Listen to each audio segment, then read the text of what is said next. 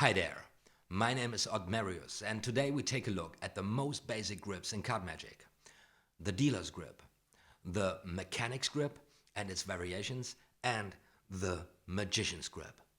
As well as the right hand most basic grip, the overhand grip. So let's get right into it and learn how to properly hold a deck of cards in card magic.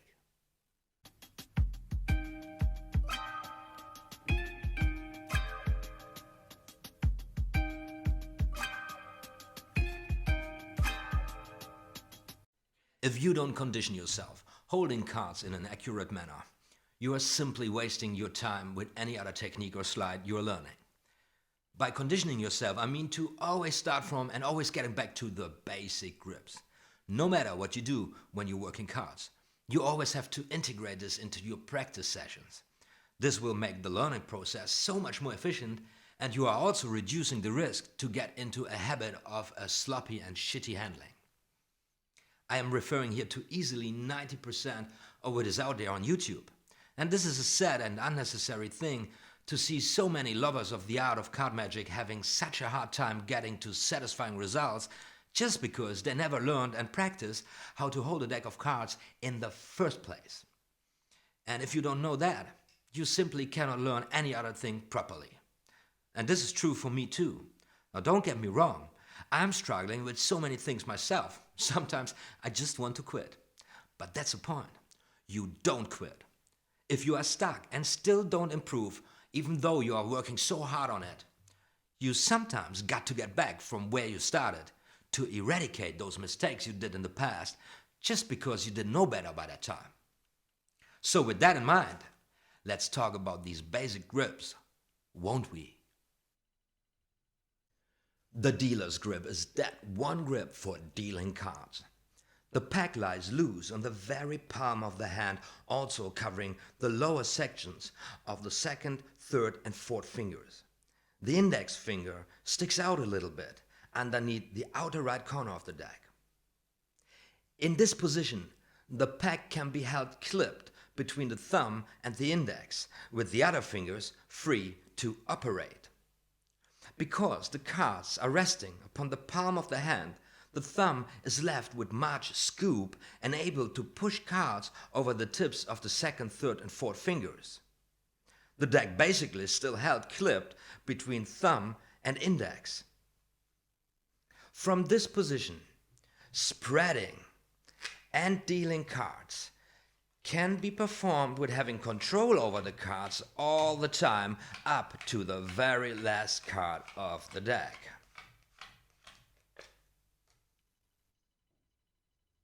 The mechanic's grip is basically the same thing like the dealer's grip, except for the pinky now being positioned at the inner short side of the pack. First of all, holding this grip, you wouldn't drop a single card escaping from a hungry pack of wolves. Holding a loose and soft touch, you can go nuts performing your magic. Also, you use this for various ways of cutting, for catching cards when dribbling or springing, but most importantly, from the mechanic's grip, you can single-handed navigate the deck in any desired position or grip you might want to get into. Hold the deck in an open and loose mechanic's grip. Press your thumb against the lower side of the outer left corner of the deck and lift it up. Then swing inwards with your fingers like closing the hand and dock on to the base of the thumb with the inner left corner of the pack. Now you're holding an elevated mechanic's grip.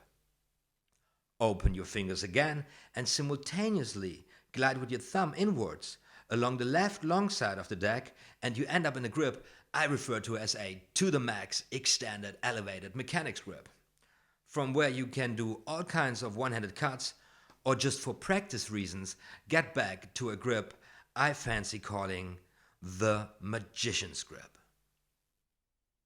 I call it the magician's grip because it's the most important grip in card magic. Basically, it's an elevated dealer's grip. However, the fact of it being elevated is the very key to this grip.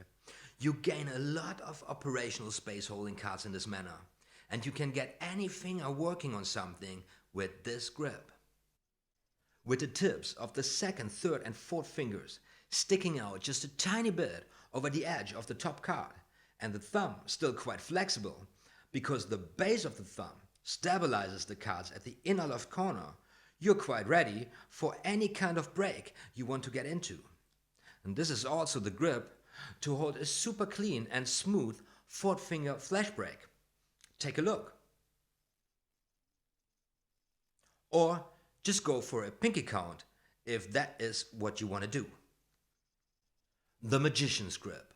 Hold the deck with the second, third and fourth fingers resting at the right long side of the deck, protruding over the top edge just a tiny bit. The thumb lies parallel to the left long side from its base to its tip. The index rests at the outer short side. The key is to hold the deck with a curved, open and empty palm. The cards mainly held between the tip of the second finger and the top of the base of the thumb. For the right hand, there is one grip of uttermost importance.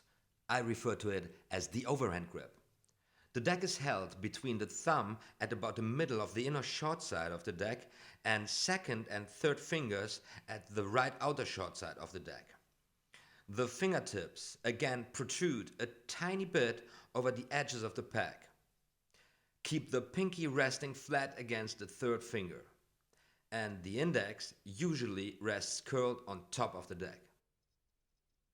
Get into this grip by holding the deck in left-hand Magician's Grip with the index finger curled inwards at the bottom of the deck. Then slide with your right thumb along the inner short side up to its middle. Tilt your wrist over the deck and take hold of it at its outer short side with your second and third fingers at the very right corner. Get comfortable with transferring the deck from the Magician's Grip into the Overhand Grip and the other way around. Also practice to get single-handed from a low and loose mechanics grip into the Magician's Grip. From there into a dealer's grip, from there into a to the max extended elevated mechanics grip, and from there back into a Magician's Grip. Now you see, there is much more to the subject of holding cards than you might have thought. And if these grips make your hands feel uncomfortable, you have to realize, in card magic, we don't do what is or feels natural, we do what looks natural. And then we practice it like hell. And that's how Aaron Fisher puts it. This is the very foundation, the groundwork, so to say, for any card magic. Meditate on this, feel it, become one with the cards, and always combine this with every new thing you learn. Integrate the proper grips into any practice session, and your card handling will improve every time you work on it. So, practice well. Yes, and that's it. At least all I could think of mentioning about this basic stuff. I hope this was helpful. Now you know the drill. Give it a like, share with friends, and help me grow this channel for the benefit of the community. The next tutorial in this series will teach you how to square up cards neatly, which is pretty important too. So go ahead, subscribe, and be sure more magical stuff is going to be uploaded very soon.